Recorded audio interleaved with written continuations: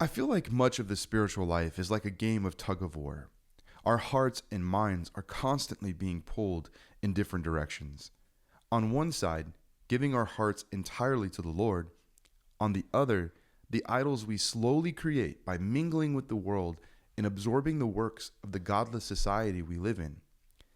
I notice this tension most clearly when I'm faced with some sort of crisis, when something feels uncertain, when I feel exposed, because while we know that the Lord is our saving help, the idols we've been serving quietly become a snare for us.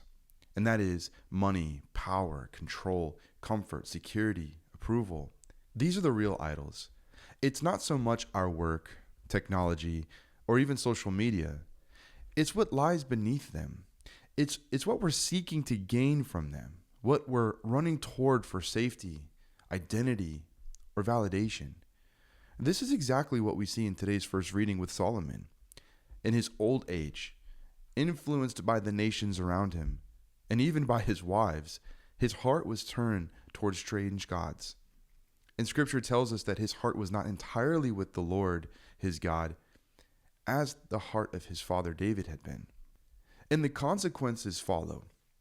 Because of Solomon's divided heart, the kingdom would be torn from him. But for the sake of David and God's covenant, one tribe would remain for his son. But division would come, because a divided heart always leads to division. And then we turn to the gospel. A Greek woman, a Syrophoenician, a double outsider in Jewish culture. She approaches Jesus and begs him to drive a demon out of her daughter. And she has every reason to stay away. She has every reason to cling to her own gods, and every reason to assume she doesn't belong. But instead, she runs to Jesus, and at first his response sounds harsh. He says, "Let the children be fed first, for it's not right to take the food of the children and throw it to the dogs."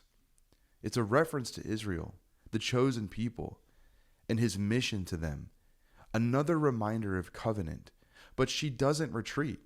Her response shatters me every time. She says, "Lord, even the dogs under the table eat the children's scraps." What humility, what persistence, what faith. She isn't demanding a seat at the table. She's simply asking for crumbs. And Jesus responds, "Her daughter is healed." It's in this moment we see something that's really profound. You see, while Solomon had turned his heart toward the nations and the gods that they had served, this Gentile woman turns her heart toward the God of Israel. And the verse that won't leave me today is from the responsorial psalm. They mingled with the nations and learned their works. They served their idols, which became a snare for them. That's the tug of war. That's the question. Where do we run when we find ourselves in trouble? When anxiety rises, when control slips, or when comfort is threatened?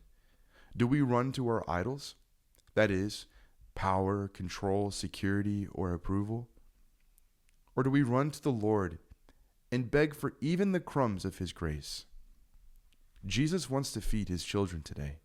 Let's turn our hearts entirely toward him, especially in our weakness.